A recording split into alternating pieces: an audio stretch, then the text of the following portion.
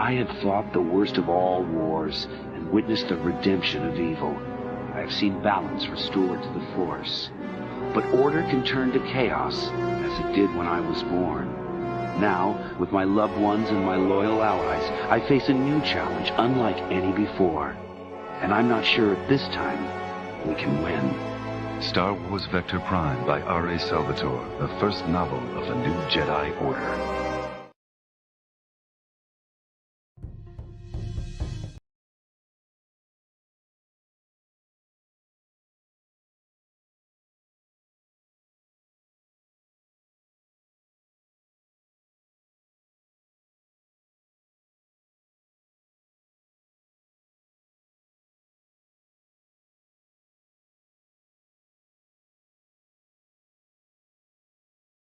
This is where the fun begins.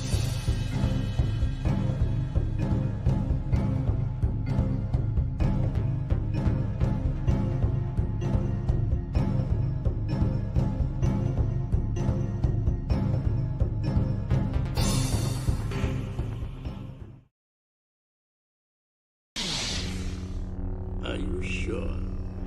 So be it.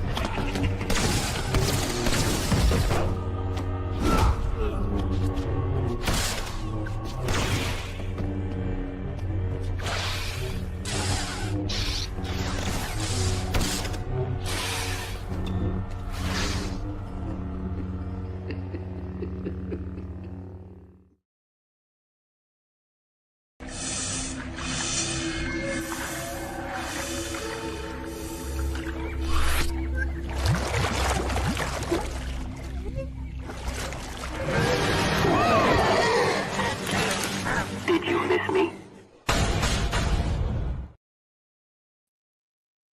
Good morning, everyone, and welcome to Caf Chat. I am your host, OG Star Wars, Laura Baga, and welcome to the channel. Yes, it is our morning gathering, Thursday morning Caf Chats, where we get together and have fun, discuss Star Wars lore, pre-Disney George Lucas era. And we also get into Lucas Facts Book of the Week and Cringe Factor, which gets quite amusing, if you want to say.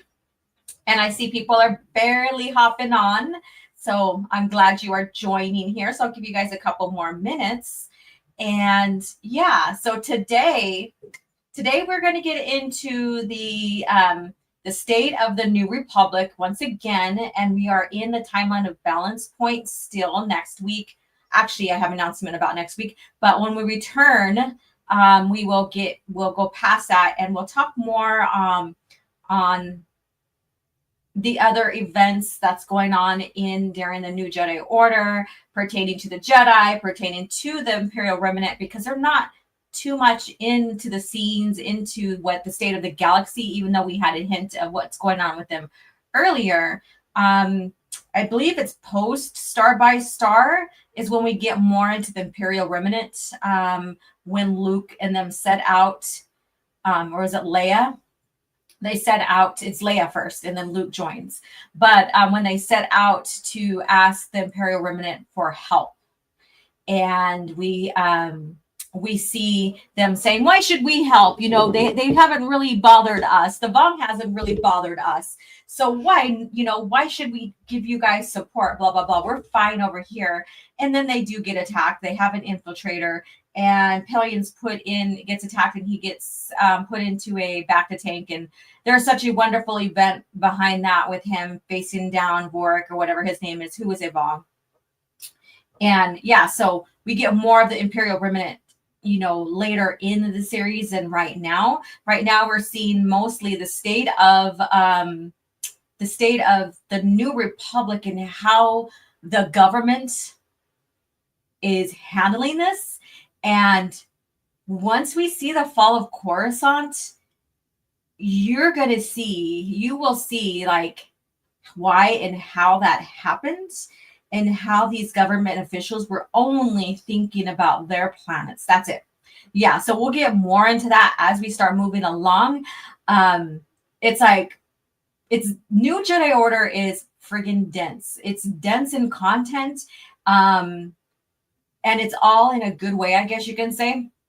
It's dense in events, perspectives, like, you know, Luke and his order are trying to figure out how to handle this, and then you have people within the order figuring, like, wanting to do their own path for it, and then you have some that are denying the Force or having questioning the Force, so they're not really using the Force, and then you know, so there's so many different angles going on, and it just builds up the lore with the new Jedi Order. And of course you have the Rogue Squadron, and all the military and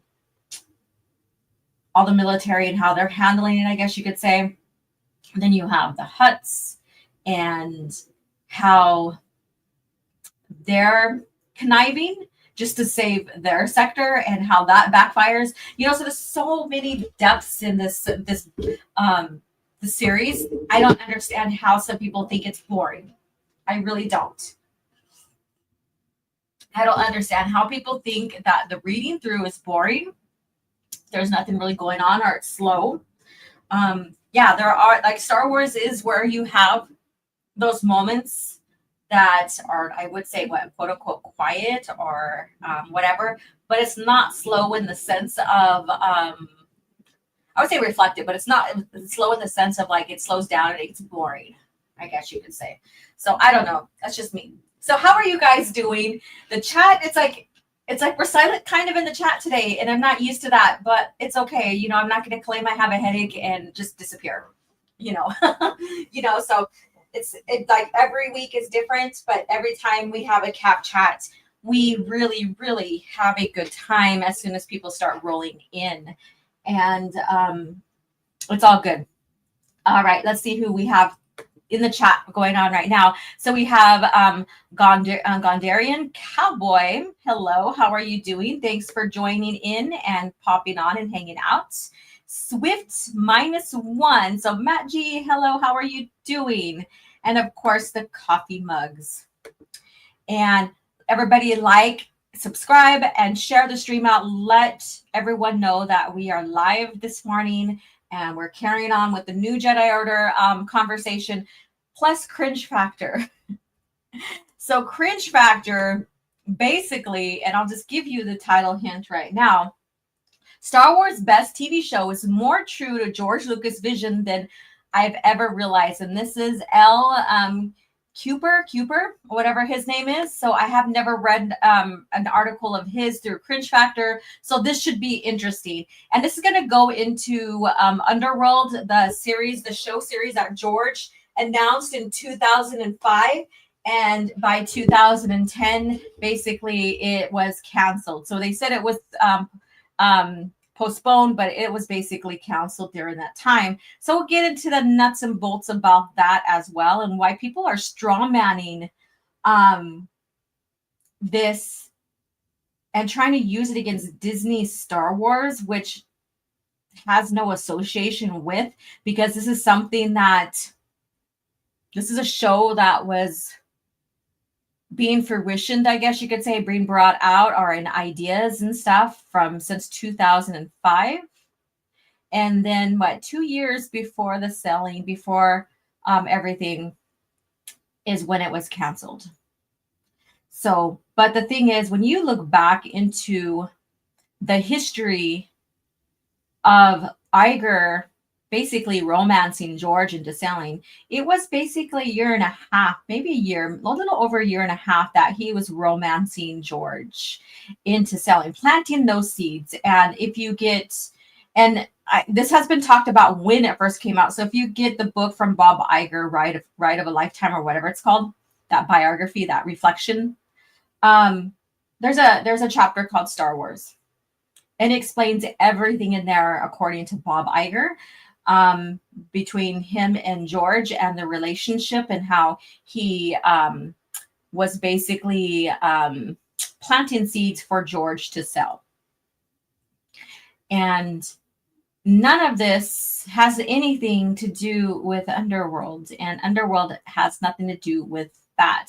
That was just a show that didn't make it to the screen, not even that. And you know, they're talking about scripts, and it's so funny I'm going on a tangent now. Look at this. I knew I was going to do this, but anyways, it's funny how it goes from 40, like secondary scripts or whatever you want to call them that they're saying, to up to 60. People are reporting there's 60 scripts now and all this other stuff, which is quite funny.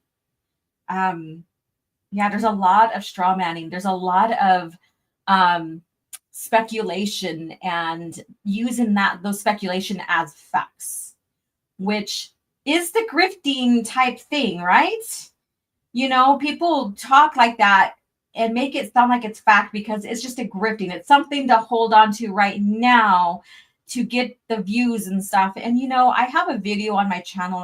I should have pulled it up before we came live to give you guys the link, but I did talk about Underworld when it was revealed, like when it was revealed again, like during, and this was like what, during the pandemic, or like, so, because my channel was barely new during the time, and I did talk about Underworld when that video of Underworld was put on the internet, YouTube, which is by HoloNet, by the way. And thank you, Justin, for pointing that out and talking with HoloNet. Yeah, so and you know, the thing is, all of this information people are talking about now was already known back then. So where were these fucking people at during the time? They didn't give a shit.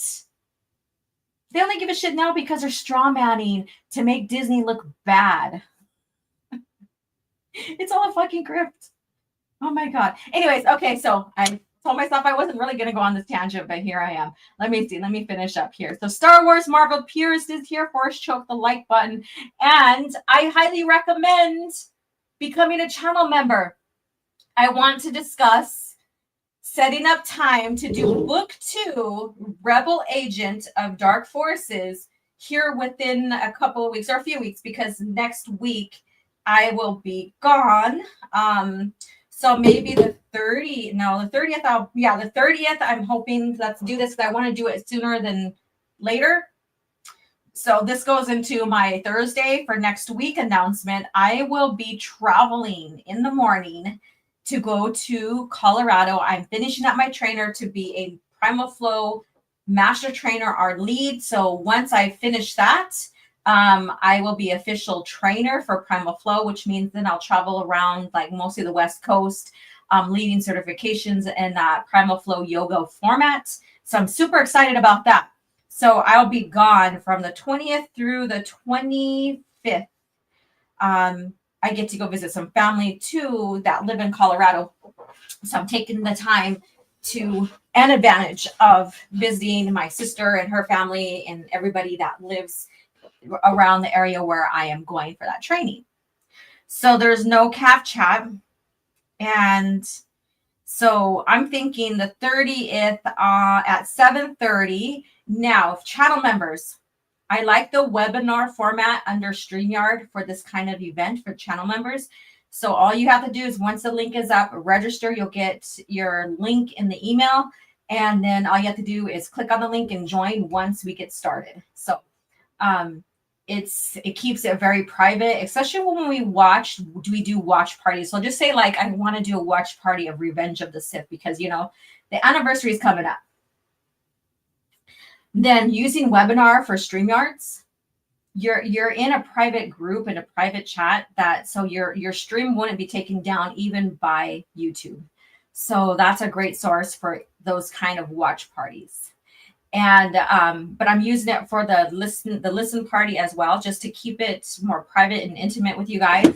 And of course, channel mods are always welcome to join because that's a way of me giving back, even if your channel members are not. It's my way of giving back for dedicating your time to the channel when I go live, especially when I go live and I don't really announce and you're like, oh shit, Alora's live. I guess I better go over there.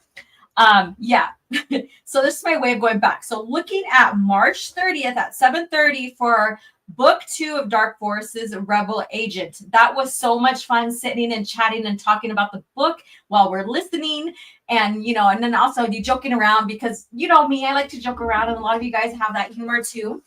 And so it just makes it fun to have that interaction have that enjoyment of listening to a book that's not going to take very long to listen to because it's a novella, and just sitting and just shooting the shit and talking about the book and the lore and pointing out continuity, all of that.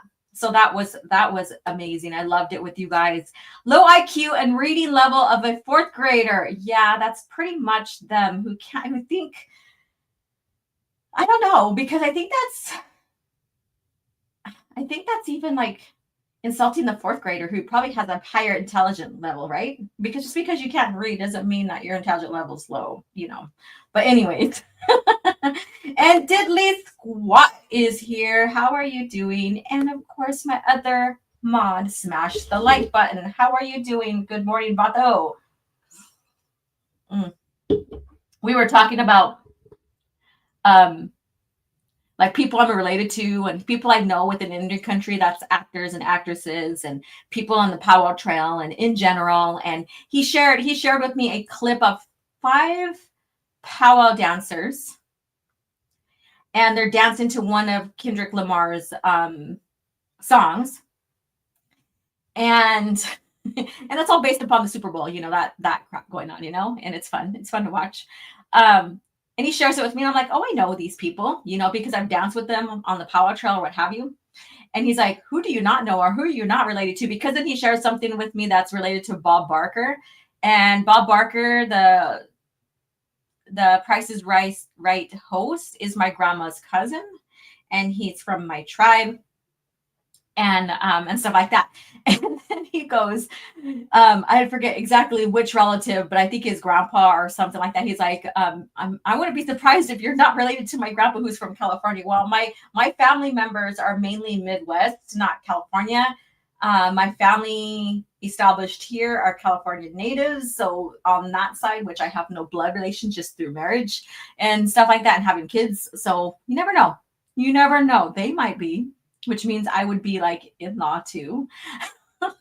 I don't know. All right. So I went on that little rant, that little thing there, but I think that our conversations are quite funny sometimes. Iron Inquisitor, what's up? I honestly don't think George would write Cassian shooting the security guards in that first Andor episode, considering the changes to the Han and Greedo scenes in the special editions. Great way to point that out. Great comparison.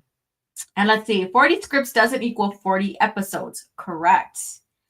And that's the thing too. Scripts are not set in stone.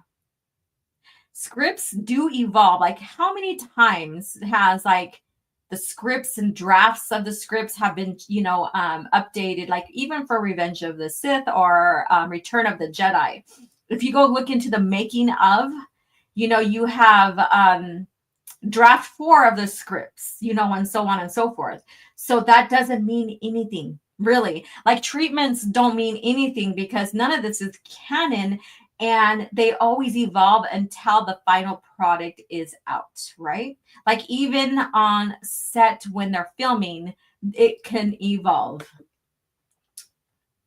And the 40 to 60 is excuse to regurgitate old news, correct? And Darth Ghostface, how are you doing? Another channel member. How are you doing? Glad to see you back. And yes, I do have new emojis in for the channel members.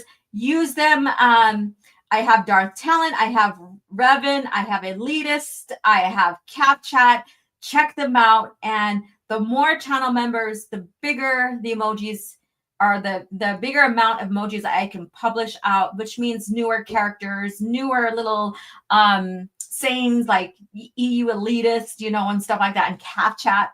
So go ahead and become a member and use them. And if you want to see like a mocking kind of like emoji word or something like that, share with me. I'm open up for ideas as well.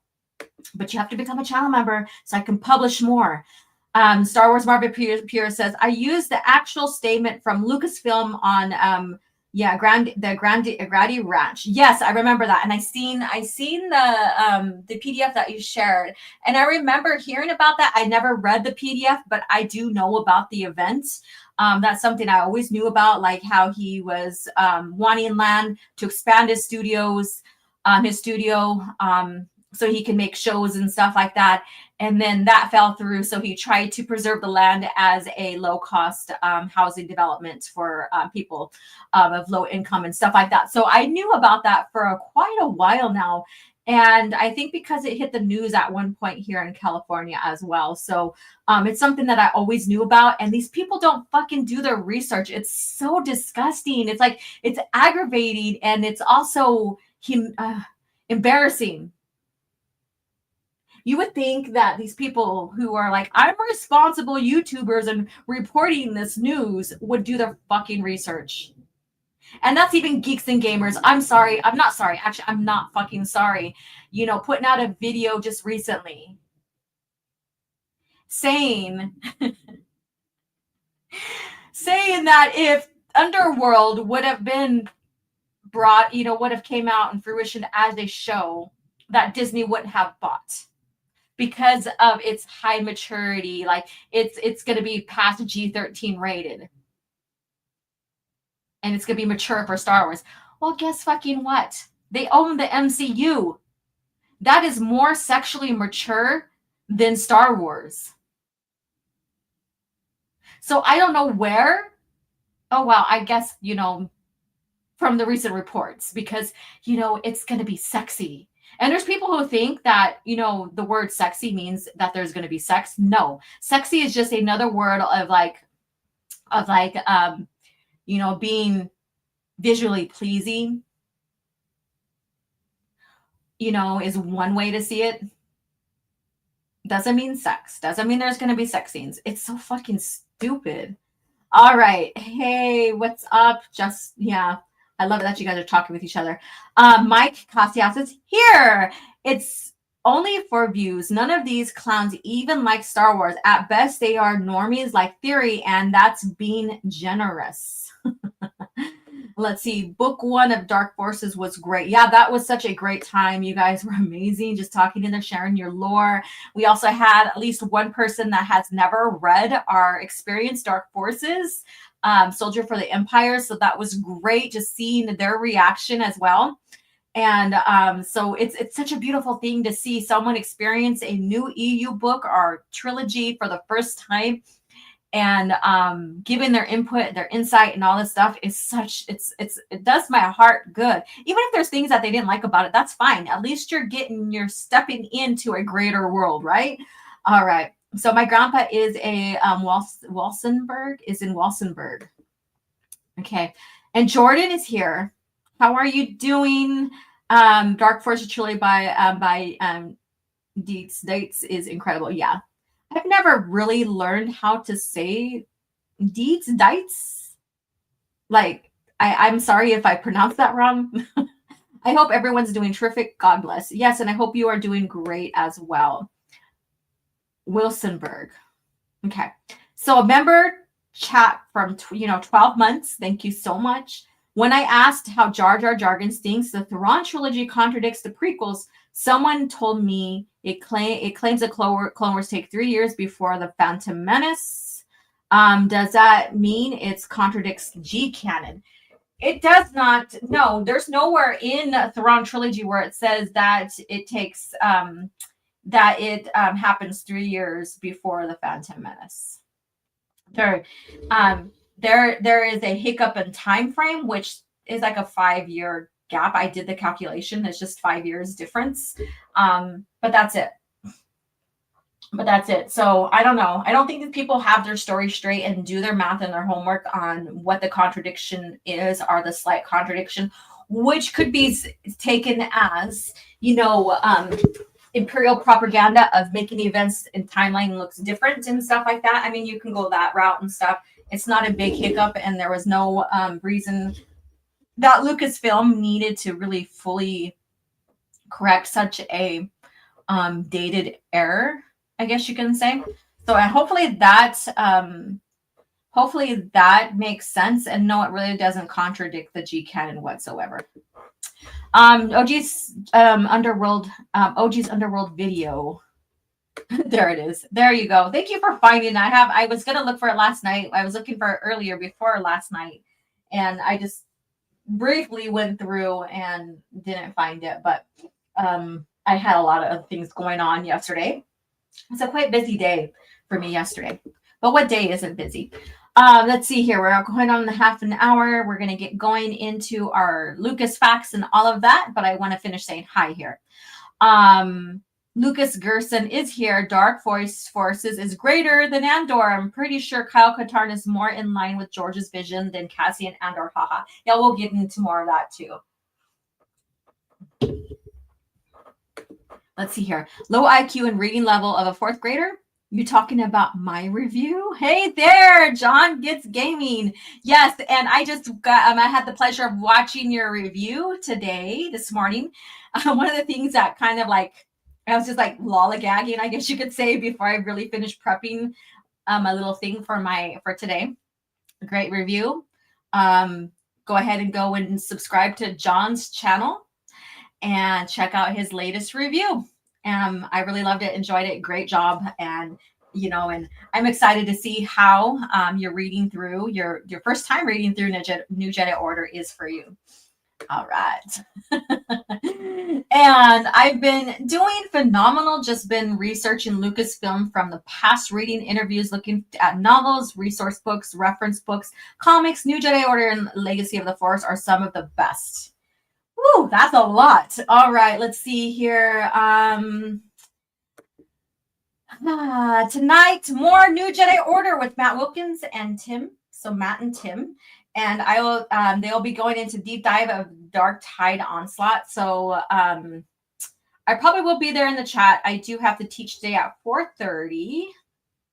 But I'm subbing for a class. It's only for 45 minutes, just right around the corner from my house, which makes it more time. Most of the time I teach in about 20 minutes away at a studio and stuff. So when I teach closer to home, I get to engage in some of the live events like this one here of the Dark Tide Onslaught. And I don't have to drive and listen. And because driving and listening, it's kind of like, I love it, but then I can't respond. And you know me, I like to respond in the chat. I like to hang out and respond with you guys in the chat. All right, let me see here. Let's get into our first little bit here. Let's get into Lucas facts. So with that being said. That's great. It's going to be great. That's going to be great. It's going to be great. That's going to be great.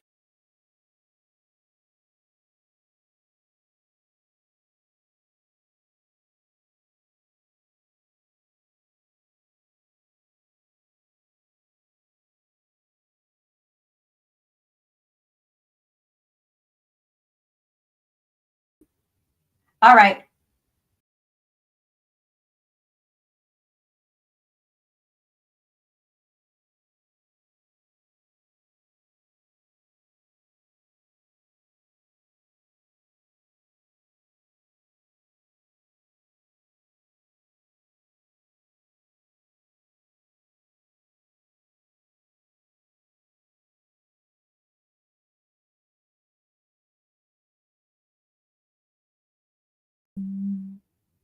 There we go. All right. So I thought I'm learning still how to set this up. It's kind of frustrating because you have to make sure you your avatar that you're in when you set up these scenes here. So but here I am. All right, so this is very interesting because many know, and we have talked about this before, how George Cardass looks like George, and then that he was inspired by George's image. So I wanted to share this with you as Lucas facts because I think it's very interesting how this character being developed ended up being George Lucas, I guess you could say. So the Japanese editor Junzo Takagi thought the character was probably named after George Lucas. Asked Nagano to use him as a model. Initially, Nagano completed a rough draft modeled after Lucas in his 20s, which was approved by Lucasfilm. However, the colored illustration looked too much like Lucas and he was asked to redraw it. The Lucasfilm staff also immediately contacted Timothy Zahn and asked him what Cardass looked like. John's response was generally as follows, quote, late teens are very early 20s. He has dark hair, Mediterranean-like skin, not pitch black, whatever that means, slightly Asian eyes, dark hair, and a beard that he is trying to grow out in the hope that one day it will grow into, and I forgot the I there, sorry about that, into a full beard, quote unquote. And that's Timothy Zahn. Nagano completed the cover based on the instructions. So seemed like he was destined to resemble or look like George Lucas himself, because the first sketch was of George. The second one was of Timothy Zahn's instructions of the character, and this is what we got. So this is why we get a lot of like, people are like, oh, so George Cardass is George Lucas. Like, that's the character based on George Lucas, which I find is interesting. So we shared George Lucas making cameo in his own movie, Revenge of the Sith. Now I am sharing his likeness and the inspiration of him as George Cardass. So I thought this was very, very interesting. Doji 420, can you hear me? Yes, audio good. Yeah. Yeah, so I'm just trying, there was no audio earlier because, like I said, setting up these scenes are crazy. You have to make sure that you are added in there.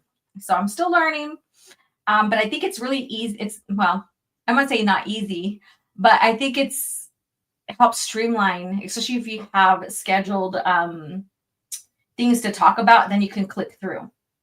So yeah. So here's your Lucas facts. And I also have they get scheduled out to appear on Twitter. And so I thought this was very interesting to share. What do you guys think? So the bottom, of course, is George Cardass. And how many of you guys know of the character?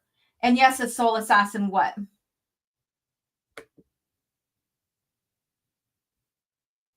OG, guess what? What? And let's see, it was Goth OG sabotaging the stream. Let's see here. George had a cameo of Revenge. Yes, he did. Yep. So that is on, you can watch Caf Chat from last week and get the full deets on that. All right.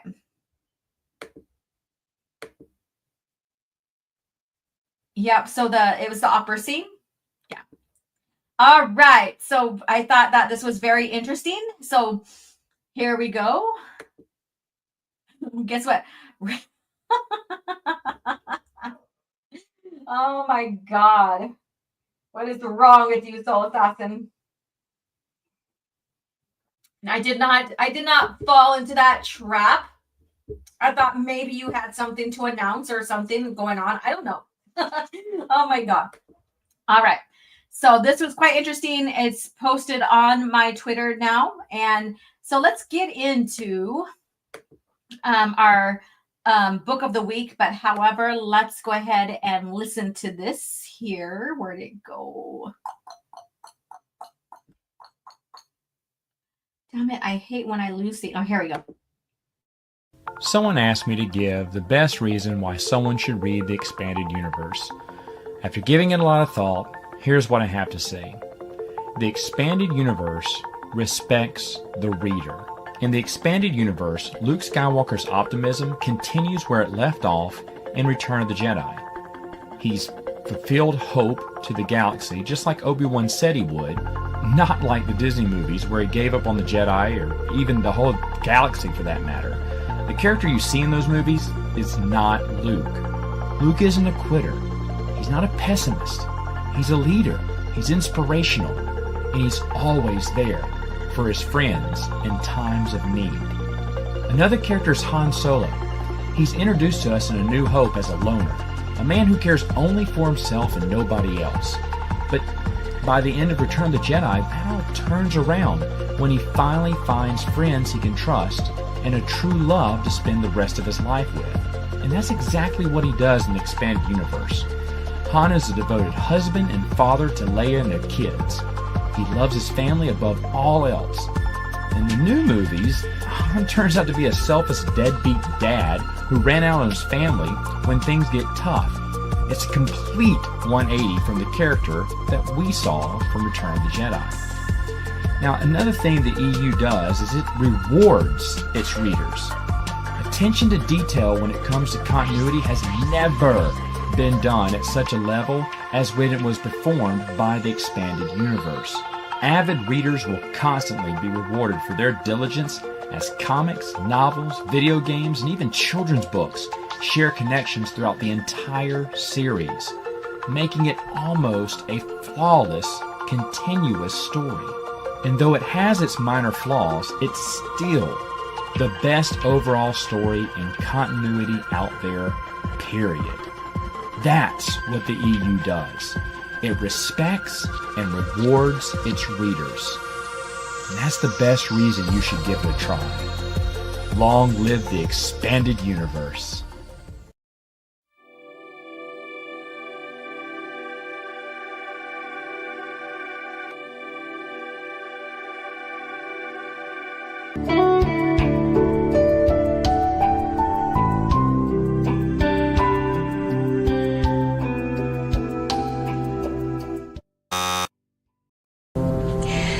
I hate to say it, but it looks like the item you're searching for doesn't exist.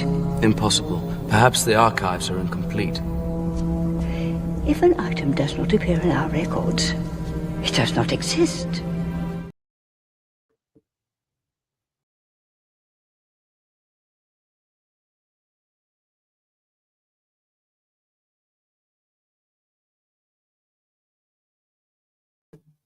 All right, I guess I have to add myself to the stage, even though it says I'm supposed to be pre-added. So StreamYards fix this, eh? But anyways, here we go. So the book of the week is a source book, and I believe Tim had presented this on his channel before, and talked about that and brought it up, and with PDF and stuff, and went through some of the information inside and stuff, which is pretty interesting. I'm glad he did that. So it is the Imperial source book from Weston Games, and Greg Gordon is the author, and it came out about October 1989. And since then, there has been updated versions of that. And, with this coming out so early, there's going to be a little bit of contradictions or continuity, no contradictions, which I did not list here. You can go watch Tim's review of this book, of the source book, on his channel to catch what the contradictions are. But of course, over the years, as the lore started expanding a little bit more of Imperial information was updated and expanded and what have you. So that's why they have other versions of this. So basically, the softbound edition of the source book was released in November 1991, and a second edition was released in June 1994. So that's the evolution of this. The first one is, of course, a hardcover version from 1989. So how many of you guys have this book or had this at one time? And what is your favorite information from this? And does this make you fascinated about the Imperial, the Empire and all the machinations and all the Imperial information inside? Let me know. Let's see here. What are you guys saying? Stupid Kenobi, how many times do I have to tell you it's not there? Yeah, right. And yes, of course, you can get your books there. Let's see here, Soul Assassin. I wonder if Disney never bought Star Wars, that we would have gotten an update version of the source book. Maybe, because there's a lot. And then you see the evolution of the Imperial, like the Imperial Remnant and stuff like that. That would be interesting to see. Like in the one with, is there the Fel Empire? I'm probably not Weston Games, though. Probably not. So let's see here. I know I have the Legacy source book, so that has that information in there. But just to have one with like the imperial throughout the decades, I guess you could say, and how they evolved, I guess you can say. And would Fel Empire be a evolution of the Imperial Remnant? You know, you could say yes, you could say no, because of the how Jaina and Jag reshaped it, I guess you can say. So there's a lot of that. There's a lot of things to think about on that kind of direction. Hey, Keely, what's up? How are you doing? We are just talking about book of the week right now. Do you have this source book? Do you have this Western Games Imperial source book? All right, let's see here. The Imperial source book is incredible. Yes, great thing to dive into. Great thing to dive into. All right, so I think we are going to get into our lore talk right now. It's not going to be in depth. The next Caf Chat, it's going to get heavily into a lot of events going on during this time. And I want to give time to prepare for that because I want to have a huge discussion, which we may not have a cringe factor. We'll see. But I wanted to give the state of the New Republic, since we gave the state of, since, you know, what we talked and expanded on the galaxy last week. I wanted to give the state of the New Republic. Like I said earlier, the Imperial Remnant is not necessarily too much involved right now. They're stuck in their own little corner, and they're feeling cozy and comfortable because they feel like they're being overlooked by the Vong in a way. And, you know, there was a little push back on the Vong earlier, as we discussed. But after we get past Star by Star, you'll see the Imperial Remnant and Pyongyang get involved. And they realize that just because they were comfortable in their corner watching the whole galaxy go down, that they didn't really realize that that could happen to them.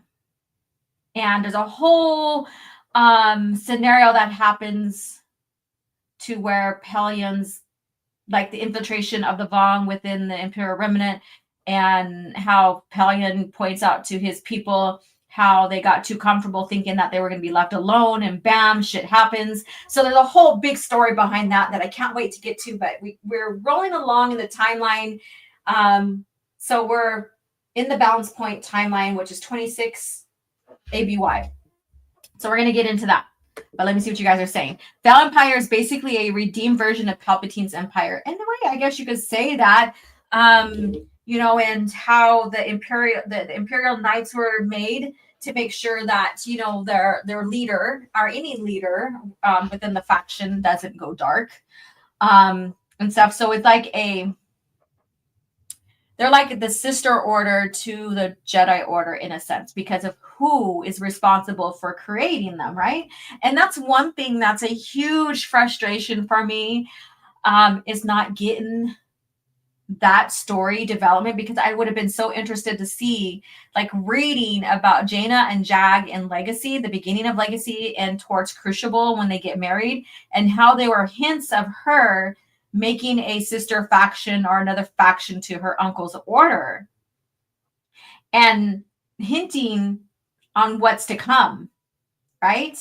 And then just to miss her as Sword of the Jedi, like, what was the pivotal point for her to decide this, and how the Fel Empire came to be, and all of that. There's a lot. And then, of course, her and a family, because we know that they have kids, right? And seeing all that fruition, like a whole new story, the torch being passed down, what happened to Ben Skywalker, who did he marry, or who did he have kids to? And I'm sorry, I don't think it's Vistara Kai. No way, no absolutely way. But that's me. I just don't see it fitting after what she did to Alana and to the Solos and stuff like that. But that's just me, I guess. That could be debated. We don't know, right? Some people are for Vistara still and Ben. I think it's something that happened, but they didn't end up with each other. And then, of course, and then you have like Alana Solo, and what happened to her, because you have that Anya Solo, or whatever you want to call her, and she's a Solo, but what happened to the Haven's queen? What happened to Tenokal and her daughter and stuff? And where did this Anya Solo come from? She has to come from Jason somehow, maybe. No way she came from Jaina. So what happened to his daughter? What happened to that? So we have all these like mysteries that now as fans we can only just imagine, right? So that's one of the biggest frustration. I know there's a lot of frustration on the Old Republic end of what could have been there, and the evolution of the Rule of Two and all that has occurred all the way up to Palpatine, or all the way up to Plagueis and Tenebris and stuff. So there's a lot of like areas that could have been expanded on. And there's been a debate, and I'm sorry, we'll get to the lore talk. This is leading up to it, okay? There's been debate just recently on Twitter that I took part in, of course, me, and about how Disney is requiring you to read some books to understand characters that are going to be expanded on more in Andor season 2, right? And so I was like, oh, okay, so people were so happy to have the EU tossed out because they didn't want to have to read and connect dots for any material that is based upon that in the Star Wars, George Lucas era of Star Wars. That would have been just too much for the viewers and too much blah, blah, blah, blah. So they're glad the EU's tossed out. But all of a sudden, you have to now read to make sense of the shows here. So, and someone's like, oh, well, they needed to scrap the EU. And I think it was the best thing they did because they would have to adhere to the rules and, and stuff like that. That'd be too much on the creators.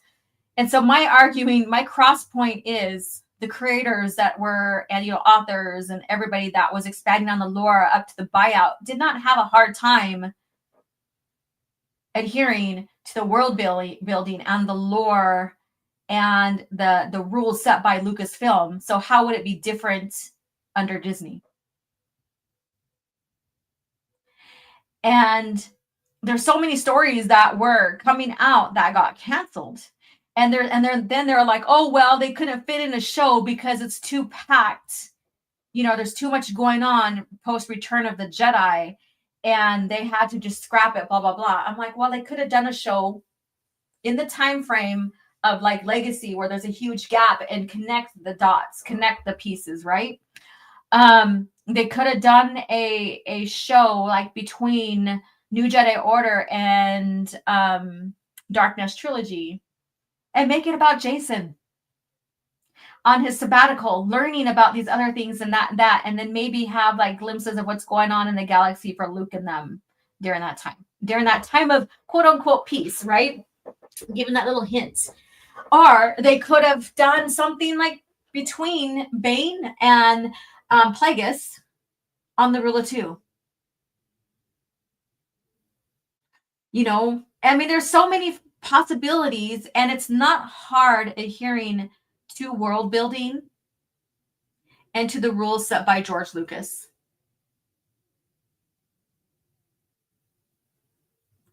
And so I don't understand why people think, oh, the EU had to be tossed because it was too much for the creators. And it was also too convoluted is another word, so on and so forth. But anyways, so we have that, and then even just doing a 3D cartoon series, I guess you could say, on the New Jedi Order would have been interesting. There's so many fucking possibilities out there that they could have done and made money off of the product that is already established. And then that sales would have gone up for the books already. Again, because people love the EU. We already proven that when Comic 108 came out, when Heart of the Jedi or whatever it's called came out, that book, that novel that was canceled by George and Lucasfilm, when that was brought out and we all bought, we made record sales towards those pieces, showing that this is where you, Disney Corporation, who likes to make money. This is where the money comes from. But then you're also satisfying your greater fans and buy significant sales that did outsell your current Disney lore, Star Wars lore. And so then you see them now making money off of the EU, like Mara Jade's lightsaber and the hand of Thrawn, or the hand of Thrawn, the hand of the Emperor's hand, sorry, for nostalgia bait. And yes, they sold out online. And so if that's not an indication, mind you, I'm telling people not to buy it. You can find better replicated Mara Jade lightsabers by other providers. But mind you, that goes to show where the fans are and where they want their content to come from and where they're willing to spend that money if you give us that content, right? And time again, since the buyout, with those little examples that I shared, is proof that we, EU elitists, are longtime Star Wars fans. You know, what we like, what we want, what we are willing to put our money down for. However, right now, under Disney, I don't suggest you feed them with your money, right? So there's that catch-22, right? But I'm just saying, that, you know, our interests right now. And so what we're doing here is keeping George Lucas era Star Wars alive by just discussing it and stuff, and having fun with it, because whatever Disney makes now is not going to be in comparison at all. And we'll go through that with the cringe factors. So let's get into this. I've been talking too much now on this, but let's.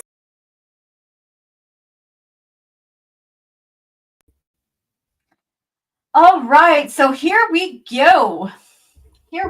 So if you have the New Jedi Order source book, go ahead and grab it.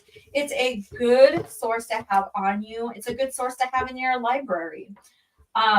We are in 26 ABY, and that is the beginning where a balance point takes place, and that is fucking crazy event there. Now I'm almost done reading.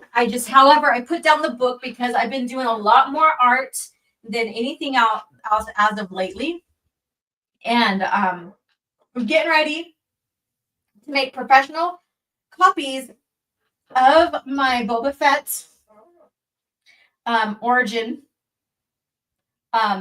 painting.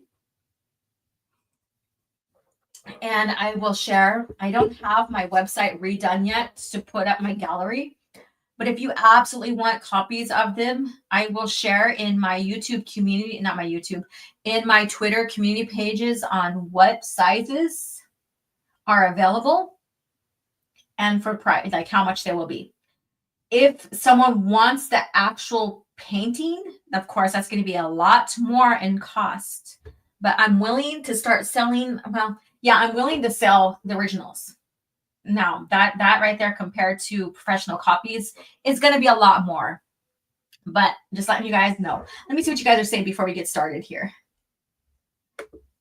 Vima, Sunrider's Darth Zana stories, and Sword of the Jedi trilogy, etc. More from the EU new content. Yeah. And they could have done a multiverse where they still continued George Lucas' era of Star Wars, you know, the EU and stuff, and then did their own product. I just don't think that they wanted that competition, really. I don't think they wanted that competition from us. Because like I said, like Comic 108, and then, you know, the era, or the Heart of the Jedi book that came out that was, you know, canceled and stuff like that, is proof that we would basically overpower or bring more attention to the EU than their lore. And I don't think, and money wise as well. And I don't think they want that competition, really. Jordan says, so many stories that I wanted to see fleshed out. Also, the time after fate of the Jedi into legacy, the Force. more of Ben's story, etc. I remember reading Heart of the Jedi. Yeah, Heart of the Jedi. You could tell the continuity. You could tell why it was canceled. Real fans make the best stuff. Yeah. All right, OG art here. Thank you so much. Yeah, and I'll put some options of purchasing it on my Redbubble as well, but professional prints I will offer on my website as soon as I get that organized.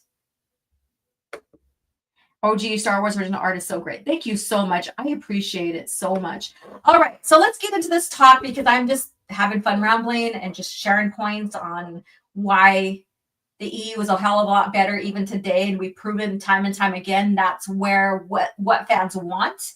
All right, so State of the New Republic. So again, here is this image that I juxtaposed. Wait, nope, it's not that one. Collapse of the Empire. Let me see. Oh yeah, here it is. So here is this one here where I took Vector Prime, this part here where it shows all where the battles and invasion and all this stuff happened. And this is balance point by balance point right here. So you could see all the highlighted areas, how much the Vong infiltrated. So the collapse of the core here, along with Vector Prime on top. So you could see, so I aligned it nearly perfect. I'm so proud of myself. And you could see what had taken place since Vector Prime. All right, so the State of the New Republic. So I wanted to share this. This is in the book. So if you have the books, you're going to see this here. And someone pointed this out to me, and it's so fucking eerie. And I was like, holy shit. And maybe it was planned that way, but don't you see a claw? Don't you see a hand or like a claw, like they're reaching out for the core? They're reaching for the core. So up here, I don't know if you could see my cursor, but you can see where Vector Prime is, and that's the wrist. And then you see the hand bending into fingers and maybe a little thumb here or whatever.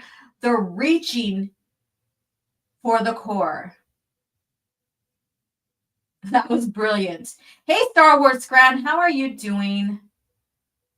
How are you doing? It's very, very like eerie and stuff like that. And I was like, when that was pointed out to me, I never really like, me as an artist, I'm surprised I didn't fucking catch it, but that's okay. I think it's brilliant how this looks. It's like, and almost like a Yuuzhan Vong hand, because, you know, they have their long nails that can have like implanted little living things where they can retract and use to slice people up when they fight and stuff like that. But I thought it was very interesting how they're reaching for the core. And, you know, last week's talk was about how they were moving towards Coruscant. They're moving towards Coruscant to take the galaxy. So, what's this? I agree, OG Star Wars. It's worse than the UN logo. Laugh out loud. That's better. Okay. Wow. Did OG just learn something new about New Jedi? Whoa. And that's the thing. I didn't really see, like, I knew that this was basically their invasion route here. I'm paying attention more to what is seen, like right here on the right for balance points. And even for this, right? So, but I never paid attention. I knew that this was their entry points here, but I never correlated this as a claw until just recently. But yes, there's always new discovery for everyone. Like even listening to Matt Wilkins, like do his reread and rediscovering things that he didn't pick up from last time or the time before when he read the books. It's crazy how, you know, you read through the books and then every time you reread, you discover something more. It's like your mind expands even more. It's awesome. It's amazing. All right. So OG, what's your least favorite Star Wars book from the EU? Crystal Star. And hello to you. How are you doing, martial arts? All right. So let's get into this here. The State of the New Republic and the South Core representatives here. So I didn't really get into, like, we got into the Peace Brigade or whatever it's called, right? Is it called Peace Brigade? Something like that. Yeah. with Rack Solo and stuff like that. So we got into that. We'll see more of them later on and what they're doing, and the how Han and Leia go out to find sanctuary, I guess you could say, to relocate to the Padawans, the younglings and stuff like that during the time. Talon Card helps with that as well. And all that. So we'll get into that as we start getting closer. Right now, we're just seeing a lot more of like the fugitives, moving them around. During this time, Leia is captured, and Randa the Hutt tries to save her during the time and gets killed. Jason basically is not connecting or using the Force. He's denying it for himself, which is very weird and odd, I guess you could say. And finally, he has to use it to save his mom, because she's like fucking bleeding to death in this time period. Like when she's captured, when he goes to rescue, there's like this whole, I mean, I'm not trying to review the book or anything. I'm just giving scenarios. Leia almost dies. She bleeds to death basically. And they have to strap her down in the Falcon with, and to help, put these pressure technique thingies on her legs to help her stop bleeding and stuff like that. So she's in a dire state here during this time frame, and it's heavy. Like I said, it's like a lot of these books are heavy reads. It's like, that they're not gonna really. I mean, at this point, it's already established that death is gonna happen to someone. So you don't know if Leia's going to die. If this is like your first time reading, like just say you're following the book order, or you're following as they come out. And so the other stories past this, like Darkness Trilogy hasn't happened and stuff that yet. And you're watching all this lore come out, and you're at this point, a balance point here, and you're reading about Leia, and she's on her deathbed. And you're like, oh shit, is she going to die? Is she the next one dying? Because we already had a few deaths already, right? And we already know that like Lucasfilm with George Lucas are like, give them deaths. And even like a little history here, when you go dive deep further into when they're debating on who should have died in Vector Prime, Han and Leia were even up for option. As long as Luke doesn't die. Isn't that crazy? Leia Poppins, y'all. She ain't floating here. She's bleeding out. Yes, grumpy old ninja. That is the shadow cast of the cosmos. Yeah. Yep. And yeah, so this right here. So those who are just haven't got to Bounce Point, I did spoil a little bit for you. I'm sorry. But you have to read it. You have to read it. There's a lot more going on for that scenario and what happened to her. So I gave an example, but you have to read it. I don't think that I spoiled too much. I really don't. All right, so let's get into this. The Senate remains. So this is the state of the New Republic. And this is going to be very important as we get further along, especially by star and all this other stuff. We're going to get introduced to new characters, new Jedis. And stuff like that. Like right now we don't know too much about, if at all, about Saba 17, who is Leia's master. When we get into Darkness Trilogy, and she selects Saba 17 as her master because she wanted someone to push her beyond her basic skills and all that. She needed that greater push as to become a Jedi. And then Alima Rar is another one that we will learn more about as we go along in the series, and why she is the way she is by the time we see her in Darkness Trilogy. That's a tragedy in itself. So there's characters that get introduced here. And of course we will get like we already know about what's his name, Ganner Rysode and stuff. So we're coming up on his story as well. So a lot of things to anticipate, a lot of new characters to discover in the story. And later on, their pivotal roles, no matter if it's good or bad. So I say this is great writing. If you want to learn more about the history of the making of New Jedi Order, HoloNet, there's 7 parts. So I suggest like plan your schedule out to listen to on certain days where you know you have time, because you really want to listen to this, because not only it has past interviews, he does interview like Lucino and stuff in the current time. So you get to see his viewpoint now versus his Lucino's viewpoint now versus back then. And get more broader perspective on the creation of the series now. All right, so let's get into this again. So the Senate remains deadlocked. Agitators endlessly debate whether to approve support for the refugees flooding into the system or of the core worlds.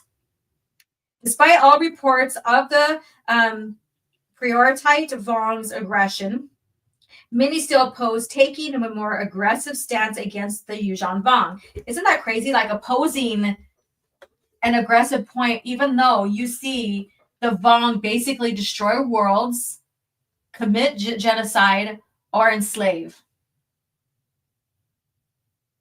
I'm like, when I first read through this, I'm like, what the fuck is wrong with you guys? Like, you're all these systems that you support, even the ones that you don't, but are surrounding the systems that you do, that are part of the alliance, or the republic, the new republic, sorry. But yeah, they're aligned with them, basically.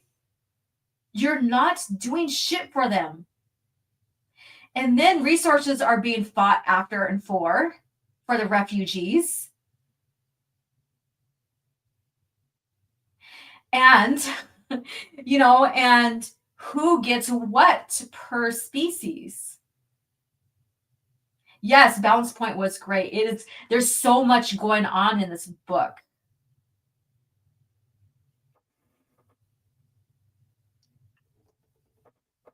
All right, where I'm at. Okay. Senators begin arguing whether the human-dominated Senate is actively ignoring suffering alien populations in favor of protecting the human-dominant core worlds, which is quite funny because those that sit on the top council are all species, like non-humans.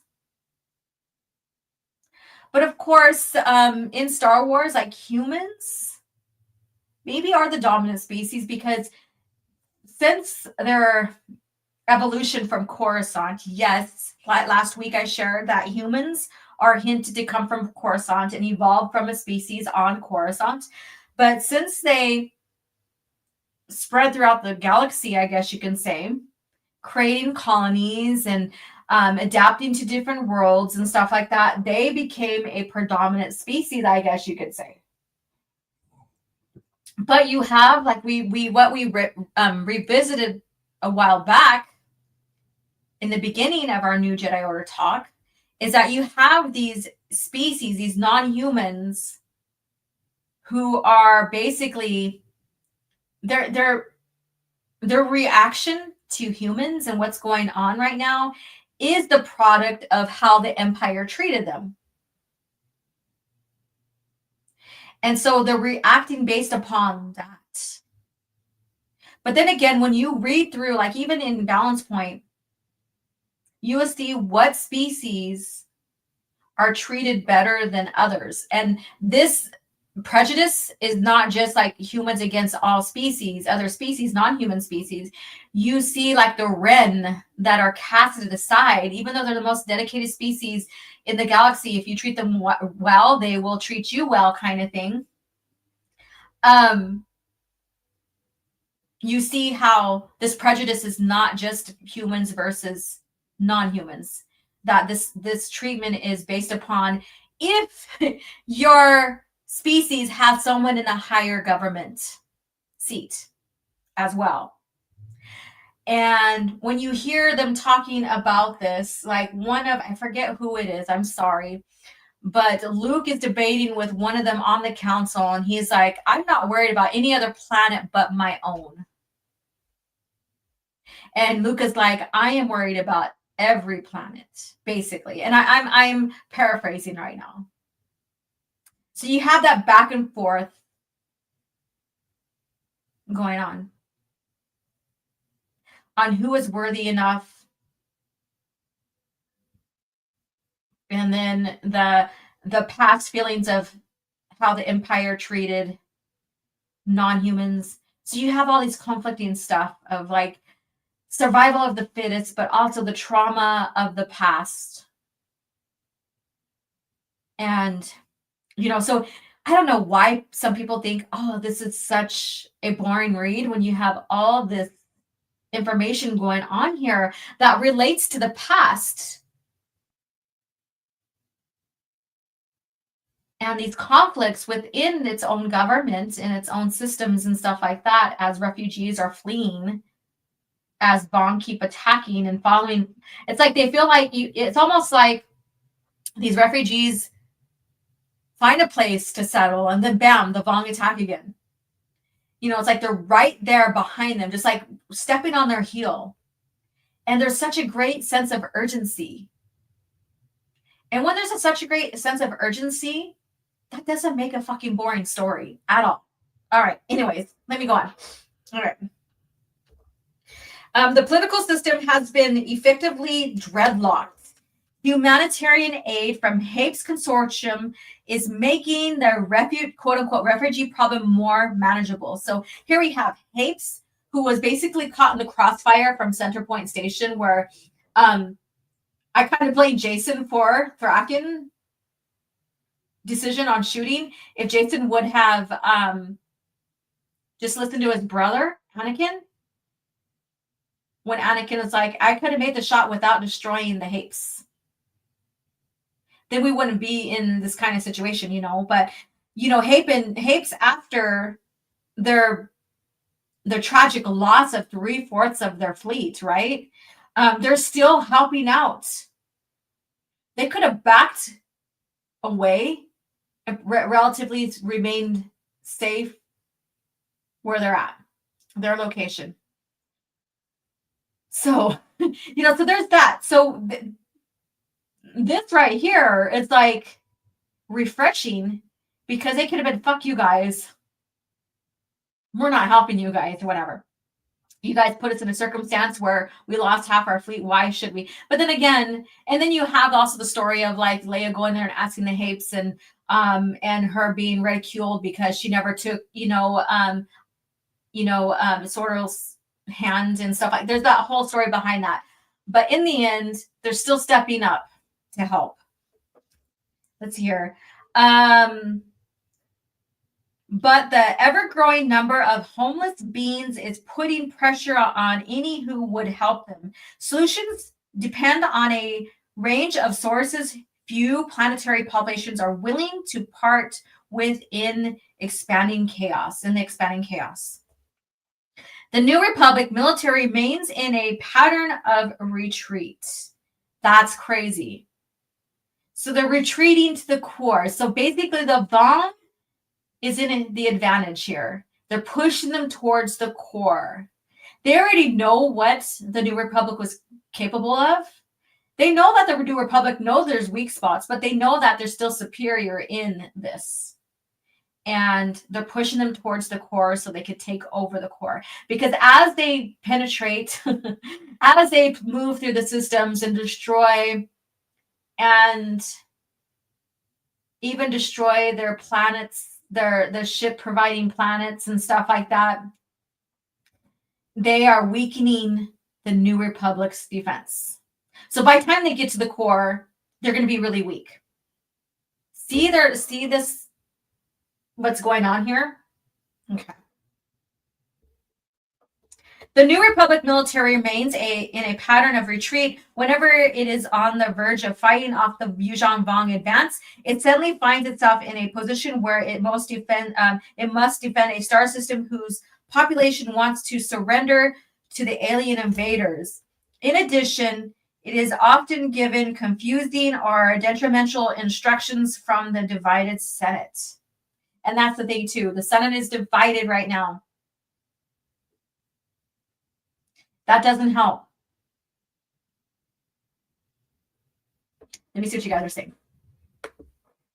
Well, the Vong have been watching and say, correct. And we've talked about that. They had, like, even in the old Republic times, the Vong was spotted. So there's a long time of them observing the galaxy. Kind of like the old Sith Empire, correct. War Master Saban Law whooping that ass, correct. Saban Law is such an amazing character in this all. Let's see here. The Weirs wanted Acolyte season 2 so they can cast a Kid Palpatine as a cameo. All right, and let's see here. Wow, the Vong have been watching and studying that. Yeah, exactly. And I love that Solo Assassin. Like, he's all like, he's him, and well, even Star Wars Marvel Purist, but I think Marvel Purist has more knowledge throughout the whole timeline. But you know, Soul Assassin, his love is on the Old Republic end of the timeline, historical timeline. So this is all new to him, and it's been a wonderful discovery for him, and then for me to watching all this unfold and learning and all this other stuff. So it's like I said, when we did the Dark Force Soldier for the Empire, and having someone who's never read the books for Dark Empire discovering the story, it's me who knows the story. It just does my heart good. It feels good to seeing them respond to it, and you know, and stuff like that. So it's so much fun.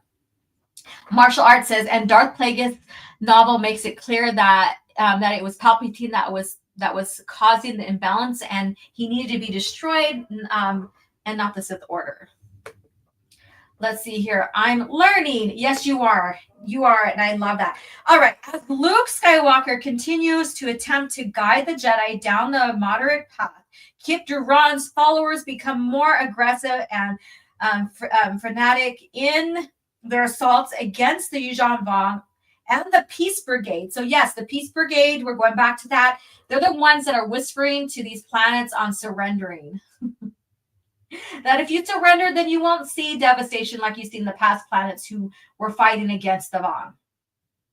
Because of the actions and propaganda of the Yuuzhan Vong agitators, the Peace Brigade, the New Republic citizens blame the destruction of Ithor, including the loss of billions of lives, entirely on Corran Horn.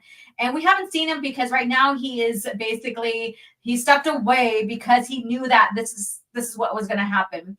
He stepped away because he'd rather take that blame than it particularly be the Order, the New Jedi Order. So he's being selfless on this and stepped away for the time being. Public opinion is shifting against the Jedi. And of course, it is shifting against the Jedi. So no matter what Corran, we're going to learn this as we move along in the timeline, that Corran did a selfless act. However, it's not going to prevent the New Republic and its citizens' views, or stop them on their views on how the Jedi's handling this. Like they're saying the Jedi should have just destroyed them right away, blah, blah, blah. No, you know, you have to work in tandem with the military and have everybody on the same side. You know, the Senate is split. The military is given permission to fight against, but there's still that division that causes problems, I guess you could say.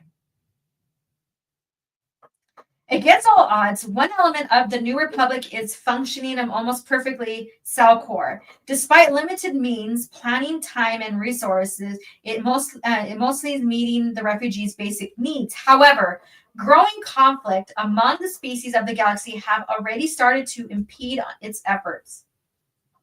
Senate debate over the defense of various worlds has also stalled many attempts to help the refugees. As the New Republic falls apart, treachery and destabilization efforts by hidden Yuuzhan Vong agents accelerate the outbreak of chaos. And we know that the Vong has agents hidden. In fact, I think it's Duros that they're on. I could be wrong, but basically, there's one where Han and Leia and the twins are at and stuff, and there's an infiltrator there that's that's posing as a scientist. And when Luke and Mara come down to that place, and Jaina with the scientist because Mara's like being suspicious, like, no, something's wrong. Has the scientist ever met with Leia? And they're like, no, he basically stays secluded. And she's like, I wonder why, because they learn how to detect the Vong because they are a silence in the Force. They're a void in the Force because they don't have a Force presence, right? So Mara's like, well, he's never met. That's suspicious. I want to go see the scientist. And as her and Jaina go, they realize that he's a Vong. They discover who he is. And we know who he is, right? And, excuse me, I gotta stretch. And basically, is it Nomenor? It's Nomenor, right? And he's discovered or whatever. And they flee. They get stuck in rubble. They use a force bubble to keep themselves, and they get rescued, whatever. But during that time, I think shortly after, Mara finds out she's pregnant. So there's that whole scene of Mara's pregnancy and stuff like that. So this is the beginning of Mara's discovery of being pregnant as well. Yeah, lightsabers killing the EU.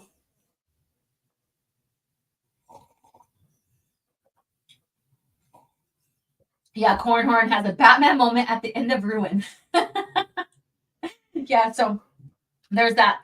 So there's a lot going on in this novel in itself, So there's a glimmer of hope, but there's still a lot of direness,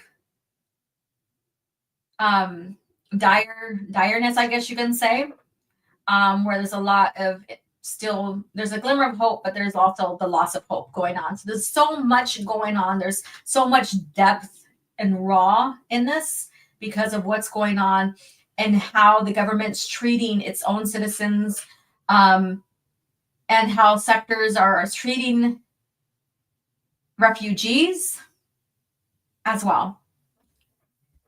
The Nomenor equals Loki, right? What's my favorite prequel trilogy villain? Prequel. Grievous. I don't know. I haven't really thought about that. I'll give you a reply here soon.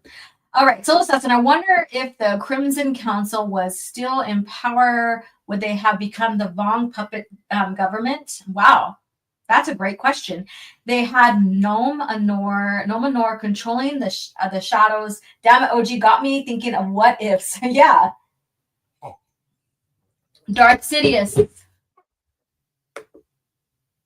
Yeah, I think that he is the absolute, Vader.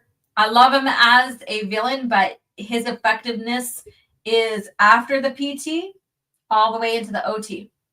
But for the PT, yeah, I think I would have to say Sidious because he puppeteered everything. So I would say Palpatine, Sidious kind of deal. All right. So who is the Salcor? So basically, they are culled from the ranks of the Senate staffers, former alliance leaders, and executives of the galaxy's corporations. Salcor is a hastily formed organization, part Senate committee and part Relief Aid Society. Unlike most committees, members of Salcor do not sit safely on Coruscant, issuing reports and edicts to be implemented by distant employees. Instead, reps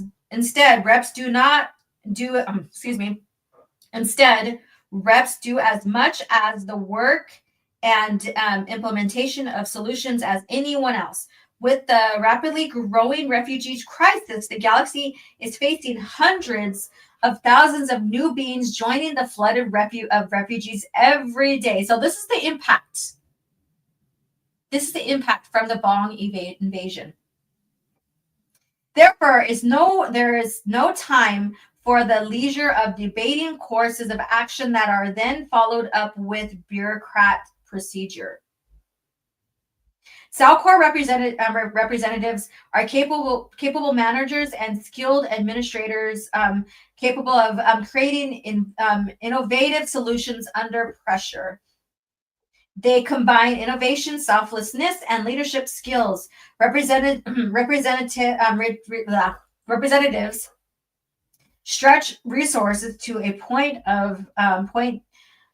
no galaxy-wide effort has ever seen since the early days of the Rebel Alliance.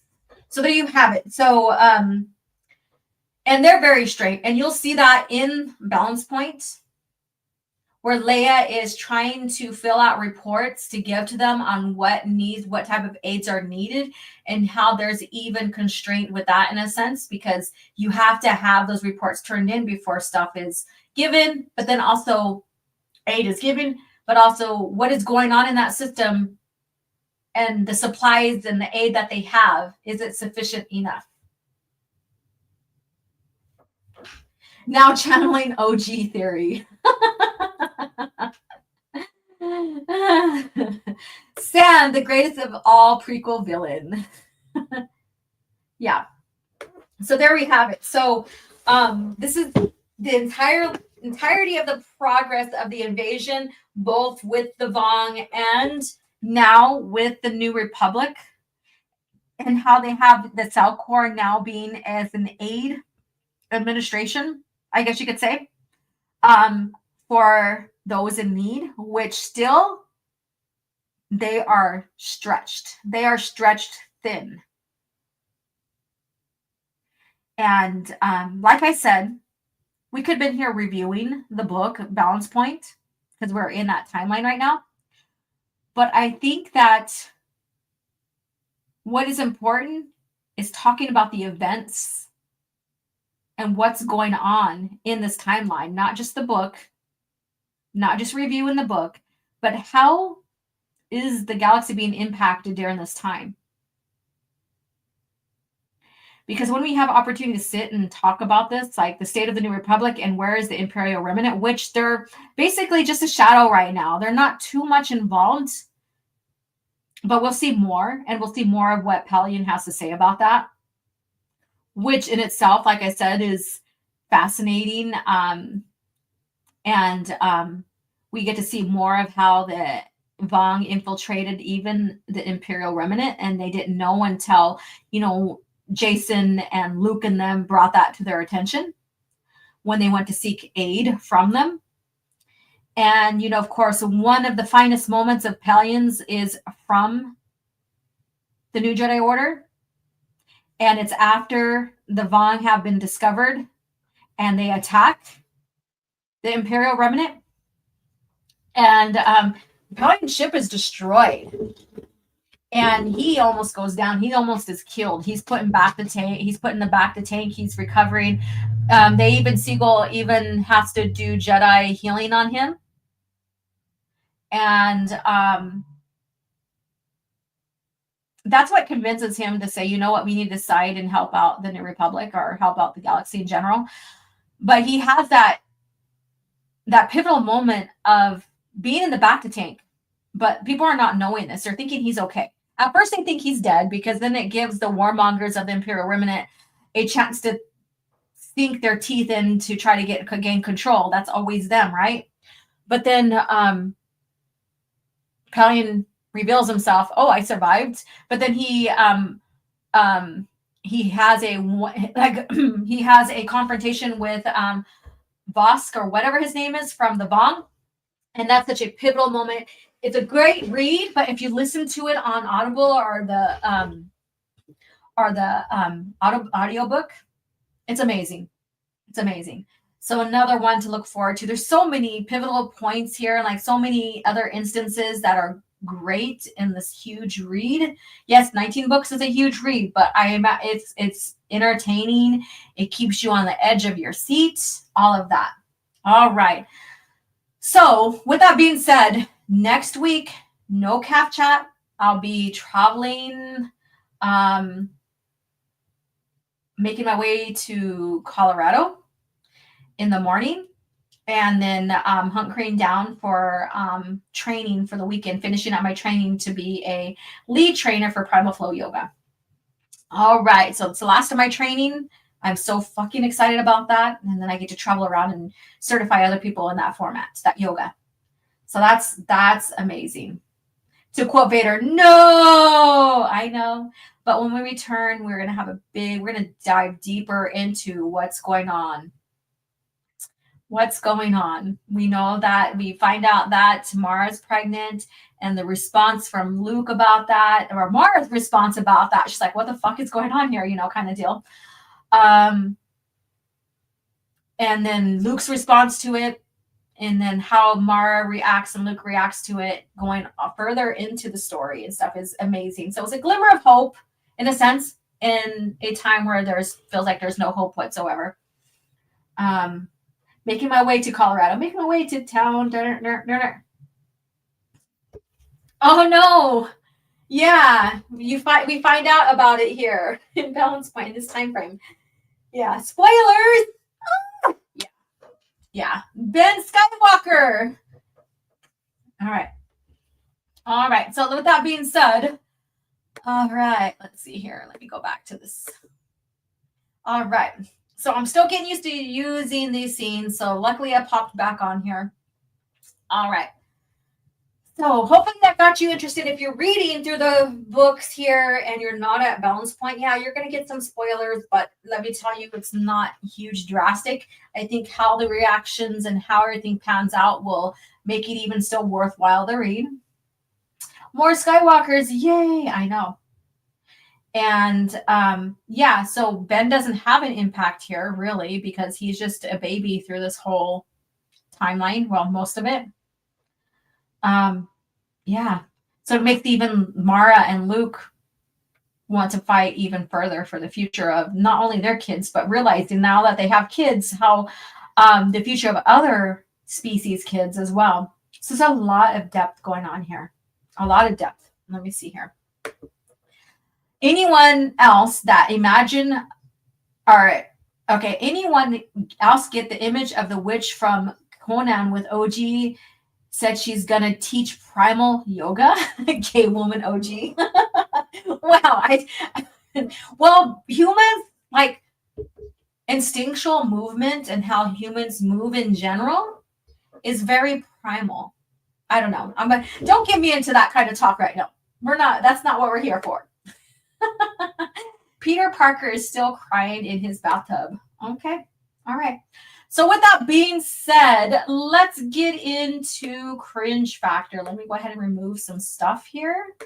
I don't want to click on something that I don't need to be on. So cringe factor. But first of all, if you guys need to refresh your drinks, go ahead and do that while I pull up the link and we segue into that. But first of all, let's watch this. The fate of the galaxy is now in your hands. With the new LEGO Star Wars Slave One, you can load Captain Solo, arm your weapon systems, man the cockpit, and take off with the most feared ship in the galaxy. But watch out for rebel ships. No matter the enemy, no matter the firepower, you control the action. With the new LEGO Star Wars collection.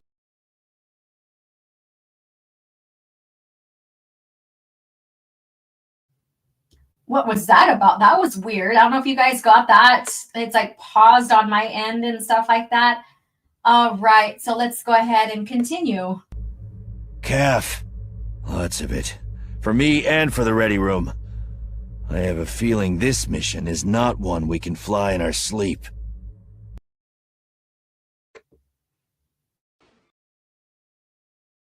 Damn it.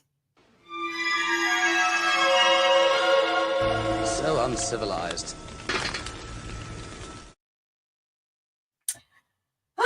Some days getting these little segue clips to air can be a fucking hassle, but here we are. 92 people watching either here on YouTube or on Twitter X. Thank you so much. If you're on Twitter X, come join us on this side here or hit the like button either way and come and join the conversation in the chat. I'd love to hear from you, whether you're don't have the same views as me. That's perfectly fine. I don't care. I love to hear what you have to say with what we're talking about. And maybe there's a new discovery on the lore that we've been talking about that you didn't realize that I would love to hear about. So that's what this is all about, is expanding your mind on the expanded universe. right? All right. So let's go ahead and get into this. So Screen Rant always delivered. I haven't went to CBR, whatever it's called, to see if there's anything there as of lately. Screen Rant has always delivered with their cringe factor material. You hear the jets going on over me? Yeah. Like, if you guys don't know, I live near a naval air station. So yeah, we have the jets flying over. Pretty cool. All right. So that's the sound you hear. They're like near over. My house is vibrating.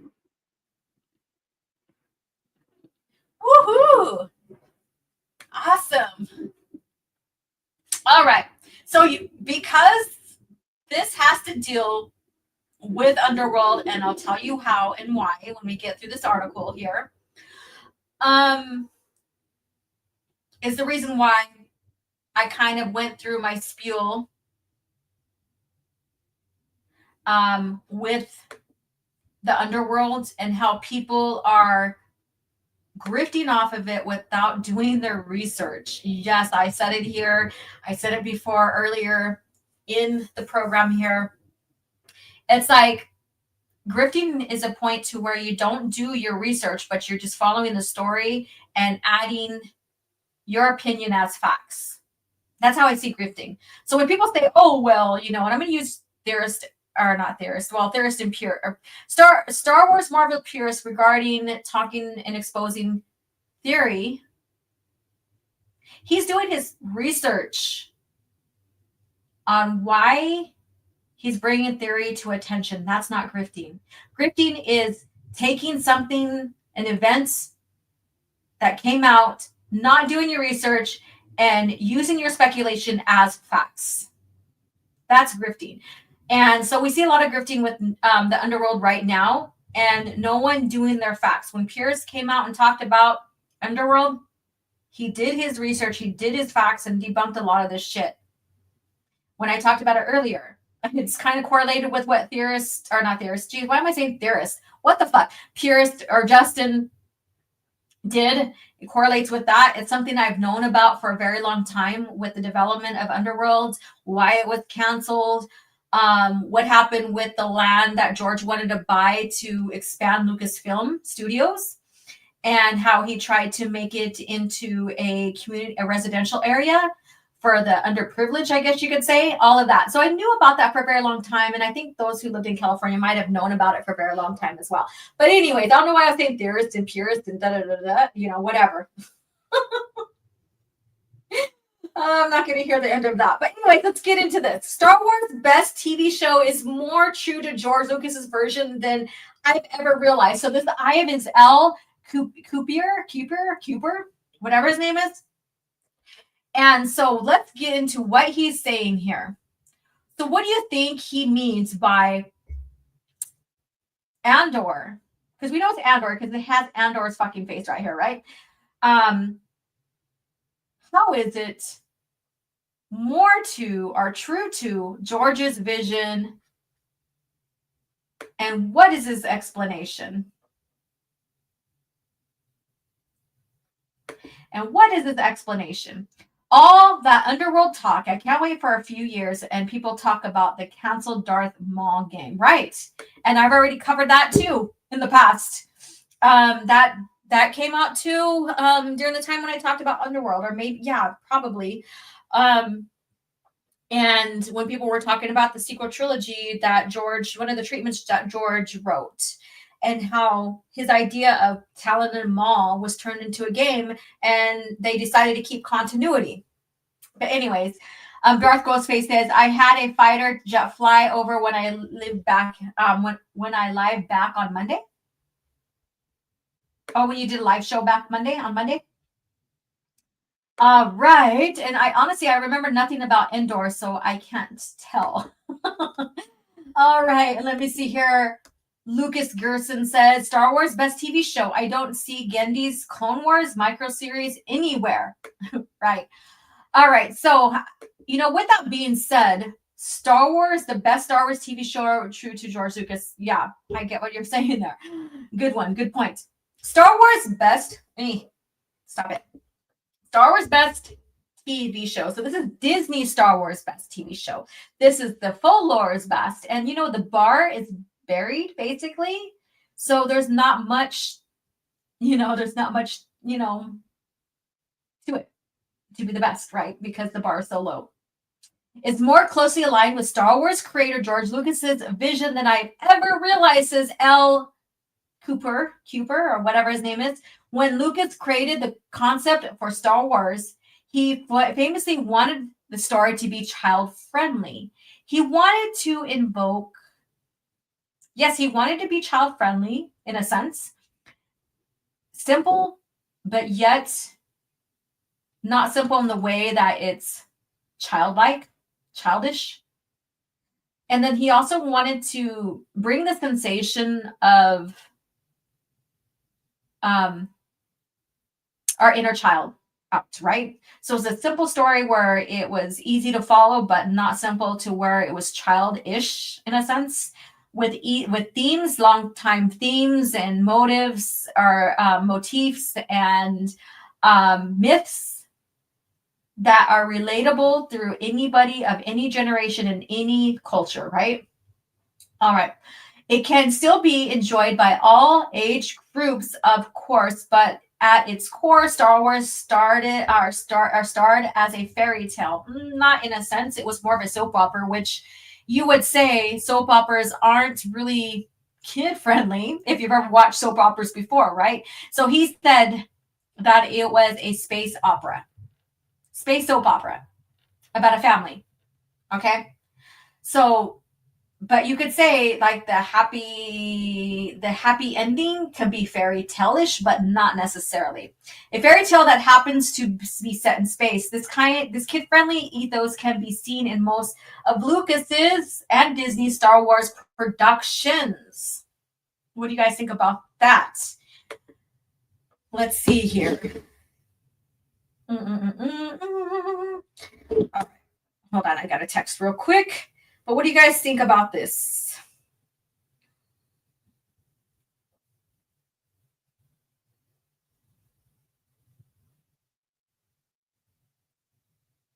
Oh crap, I gotta get that, but I'll get back to her. All right, cringe soap opera like General Hospital are not kid-friendly at all, right? I wonder if Lucas thought TCW was becoming too childish and thought up of the Underworld series to make up for it. Underworld series was announced in 2005. Tartakovsky's Clone Wars was 2003. The idea of Clone Wars under Filoni was after 2005. So think about that. Think about that.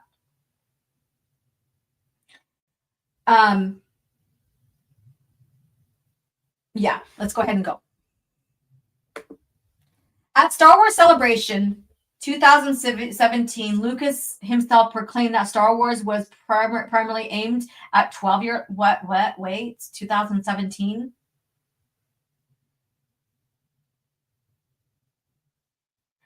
I never confirmed.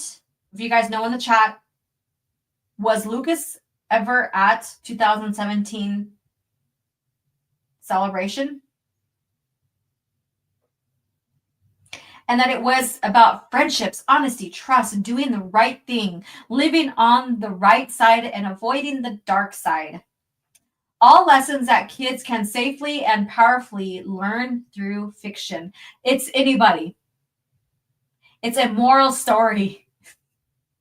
Morality is not just set for a certain age, right? I don't think this person comprehends that. That doesn't mean, however, that Lucas never intended to explore Star Wars from a more mature point of view. Well, he did. The PT, especially when you get to Revenge of the Sith. That was a mature point of view to the fact of it having to be rated PG-13. What? PG-13? 13. That's right after the age 12. Huh? Okay. So PG-13, anybody under the age of 13, get parental suggestion, guidance. Like parents should, maybe go with their kids on this. maybe, maybe not, depending on the family, but still, parental guidance, 13. Think about that. Wow. Okay. Let's see here.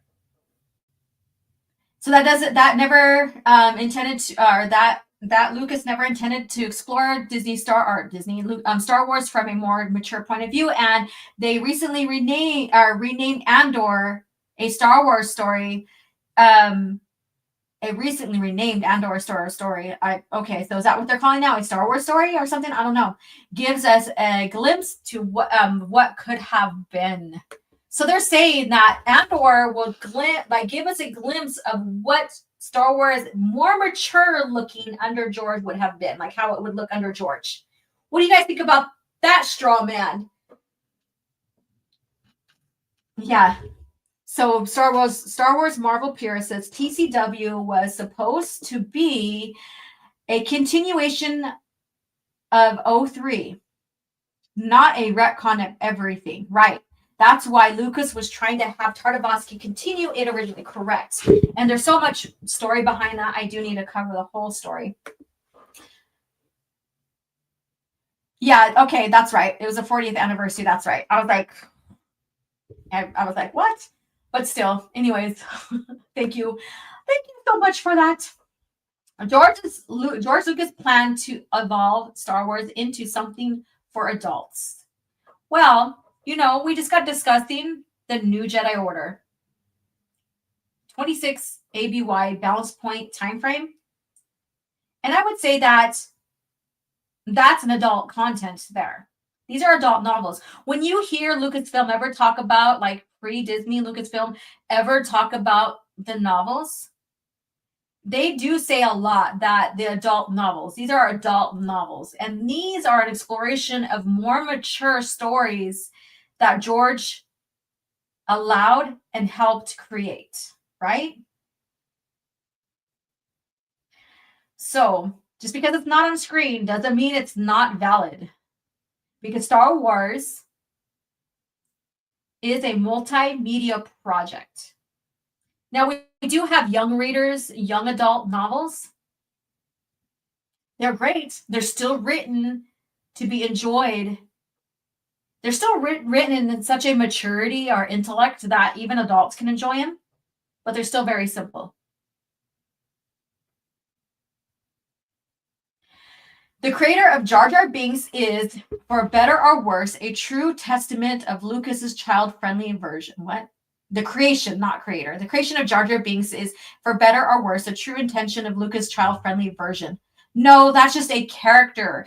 George always, and I've heard him say this before, that he wanted humor along with maturity.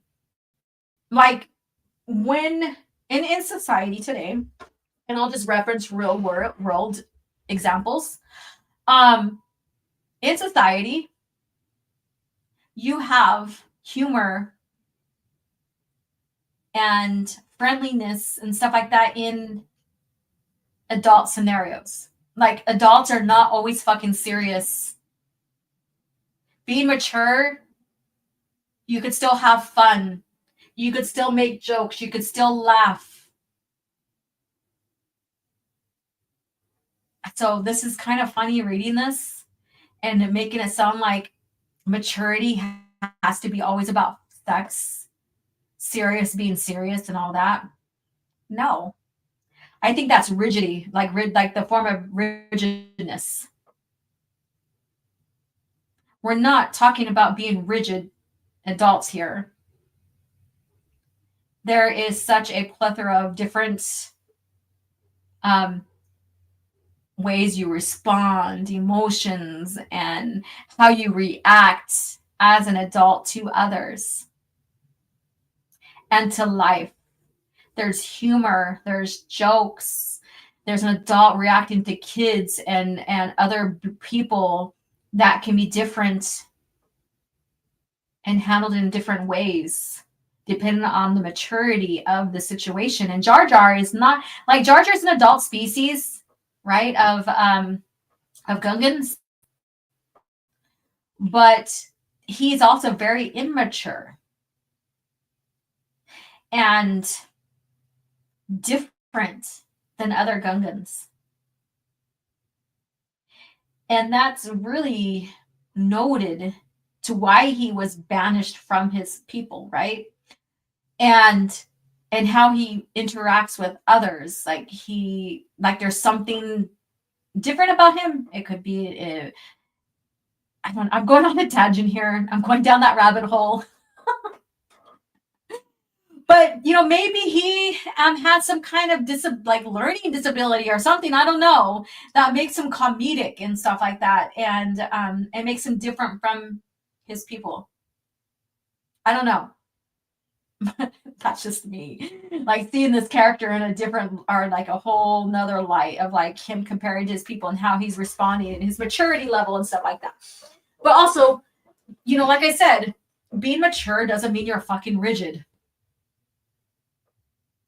We make jokes all the fucking time. So, but let's go on. But that never stopped him from wanting to explore more complex, sinister side of Star Wars Galaxy 2. Recently, a producer who worked closely with George Lucas in the late 2000s,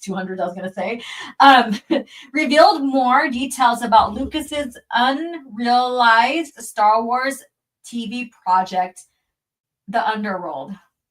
It was, unrealized to those who are like straw manning the fuck out of the story, just like you are right here. All right. As the name suggests, Underworld would have largely been set in the lower levels of Coruscant, following big Star Wars characters like Palpatine, Lando Calrissian, Boba Fett, Vader, Han Solo, and more between the events of Star Wars Episode 3, Revenge of the Sith, and A New Hope. So, oh fuck, this shit goes up higher, you guys. Reporting there's 62 out of 100 planned scripts were already written. Oh my god, it's the first time I've heard about 100. The number was always at 40, then it went up to 50, then of course 60, let's just add a little bit more, and now 100. And these weren't the official scripts. These weren't the official scripts. I gotta see what you guys are saying here. Yeah, let's see here. I really think some of those Underworld scripts must have been used for Disney shows. And if they were used, it's quite laughable because they were just, what's the better word? Secondhand scripts. They weren't fully developed. They were just like what ifs, like this is like, because scripts have phases of development, like I said earlier when we began, which is quite funny. All right, let's get back into this. Let's see here. And the stories would have been sexy, violent, wonderful, complicated, challenging, and would have blown up the whole Star Wars universe. All right. So we've seen violence in Star Wars shows before. Like the EU, there's a lot of it, right? But we've seen violence in the OT and the PT. We've seen wonderful in the shows. We've seen complicated because Palpatine, being the puppeteer of both sides of the war, and how he has this mask on him as Palpatine, the senator, versus Sidious. That's a complicated story right there. That's complicated. Challenging. Well, depending on how you use challenging. So, like, how the story is complicated, challenging, whatever. And I forgot here, sexy. Now, sexy just is a tone. You could say how Anakin was standing out on the balcony after waking up from his nightmares about his mom, but he's standing out there with his hands behind his back, and how he looks. Sexy tone as in how it looks scene-wise, not like sex as in sexual. it's a demeanor and how Padme comes out, and then even like to talk with him and stuff, but even how Padme talks to Anakin in Revenge of the Sith, and she's out on the balcony and she's pregnant, and they're talking about love and how much he loves her, and that's a sexy scene. So people are not realizing that a lot of this, like, examples of words can be used for the PT and also the OT. And would have blown up the whole Star Wars universe. Well, we've seen the PT do that. We see the OT as it kept evolving. We've seen how the EU has blown up the Star Wars universe because the EU kept Star Wars alive when there was no productions of films. Okay. All right. Now Andor may not, quote unquote, blow up the Star Wars universe. Well, yeah, it's like it puts people to sleep. Primarily because we already know how Cassian Andor's story ends. Well, okay. But it is undeniably providing a new, more mature perspective on Star Wars Galaxy and the most major conflict with the Star Wars franchise. Underworld, like Andor, would have focused on the earliest iteration of the rebellion. So Underworld was not going to talk about the earliest iteration of the rebellion. It was going to get into the machinations of the underworld, of the bounty, like the bounty hunters, of the criminals and all this other stuff. Something that George never really expanded on himself, but allowed and had the EU expand on. Underworld is the key word basically for the villainy and the scum and people who live under Coruscant. The further you go down, the deadlier it gets, right? With criminals and thieves and how people live, and then also the other species that live down there, like the deadly species are animals and stuff like that. This wasn't gonna evolve on the rebellion whatsoever. This is going to be out the criminal underworld, basically. Lucas had a wider vision for Star Wars than I ever realized before. Yeah, that was seen in the EU. When dealing with a story as vast as and creative as Star Wars Galaxy, there's no point in limiting your range of storytelling. Yes, keeping things accessible for all ages has allowed Star Wars to become a powerhouse franchise it is today. Well, yeah, you guys are riding on the coattails of pre-Disney Star Wars. Yet you tossed a lot of those significant stories for the sake of a clean slate. So you want to ride on that coattail, hence the Mara Jade package that that was brought out with her lightsaber and the Emperor's hand theme. You're right on that coattail, but you can't live up to the story. Yes, I said it here. They're riding the coattail of that, but they can't live up to the story. That success and popularity also provided the necessary space to explore different, less fascinating, fantastical, more realistically grounded corner of the galaxy. All right, so when dealing with the story world as vast as creation, okay, yeah, I already read that one. Though Underworld's scope may have been much more expansive, Andor has, to an extent, taken on its role in the Star Wars universe, creating a story solely intended for more mature audiences. And I've made some things, like I've made videos about how for season 1, Gilroy and the production of under Andor was trying to say, oh, well, we're going to introduce sex scenes that were never introduced before in Star Wars. And I've proven that wrong by sharing what was shared in Star Wars with suggested sex scenes and stuff like that. Darker themes aren't presented through an innocent child-friendly lens in Andor. Wait, let me see. Darker themes aren't presented through through an innocent, child-friendly lens in Andor, and they wouldn't have been in Underworld. Either. You can't view Andor as a fairy tale. It is a farthest from being one. Okay, so do you guys, and that's the end of it, do you guys see Star Wars as a fairy tale? We just got done talking about New Jedi Order. Do you see that as a fairy tale?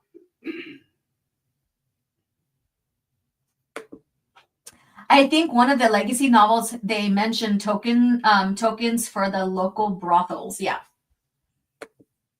Let's see, clean slate, but willing to rip it off. Correct. Let's see, the underlevels of Coruscant are something else. In Maul, Shadow Hunter, they discovered a giant worm. Correct, and that was invisible to the Force, or visible to the Force, and Maul fought it. Or visible in the Force is what you're saying. Or to those who are non-Force users. They just realized that now. All right, so what do you guys think about this? Of course, this is only this person's opinion here, but we have a lot of people who will see this as facts and run with it. So here you have it, cringe factor, and what Screen Rant has delivered for it. And do you think Star Wars is a fairy tale story? I mean, literally, like when you watched the OT, did you think it was a fairy tale? When you watched the PT, did you think it was a fairy tale? I think it was a slow news week for all, right? Right, Soul Assassin? And thinking that they could compare what little scripts in development that was shared for Underworld, they think they can compare it to Andor as mature, and this is what George's vision was, and Andor is honoring it, is a stretch. Is a stretch because they're not, I mean, look at it. Look at the EU. Yeah, more sci-fi adventure than fairy tale, correct. All right, you guys, with that being said, we are finished up here for Caf Chat. So stay tuned. There's going to be more information, more talk, not information, more talk, more straw manning talk about Underworld, unless it dies out. We'll see what else, what news hits that makes that story irrelevant and how people will jump onto the next train. But know that this, like the Underworld, this little bit of footage that basically it's the same story that was shared a while back, that it doesn't mean that if it had happened that George wouldn't have sold. It just means that more than likely that Bob Iger still was like, hey, you want to retire? We'll take this. We'll take Lucasfilm. We'll buy it from you. We'll adhere to your legacy, which he says in the story in his biography. And just means that they would have inherited Underworld. Then 1313 game may have come out. I mean, there's so many things, right? But then again, do you think that they would have tossed Underworld if it did happen? Because 1313 would have been tossed. Because, you know, it's an EU game. They tossed out all the other games, right? So just something to think about. There's a lot of what ifs, but those what ifs are not facts, right? So saying that George wouldn't have sold if he would have produced Underworld, it's just a what if, and it's not a fact. Take it with a grain of salt, you know? So with that being said, thank you guys for hanging out. If you haven't became a channel member yet, I have 120 people in watching. Nice. All right. So thank you guys, all 120 beautiful souls. Thank you for watching. Become a channel member. May 30th, 7:30 p.m., the listen party for Dark Forces, Rebel Agent. So be there. Be there. A grain of sand. Yes, a grain of sand. So be there or be square. I would love to have a lot of you guys, everybody here right now, listening to that book and discussing it in the chat, because that was so much fun, just sitting and just talking about that.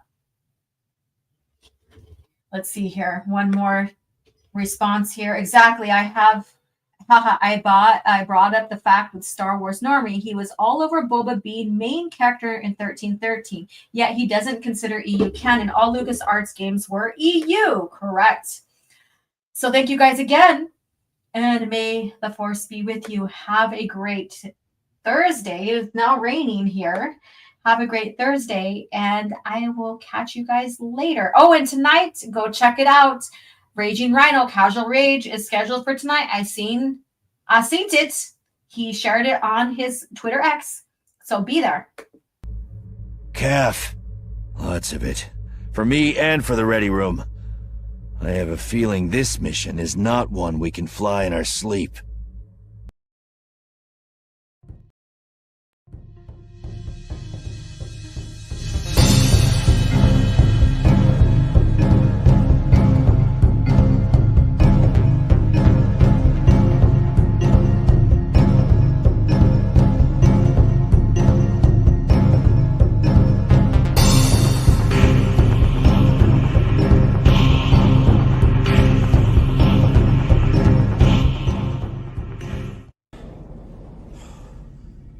Another happy landing.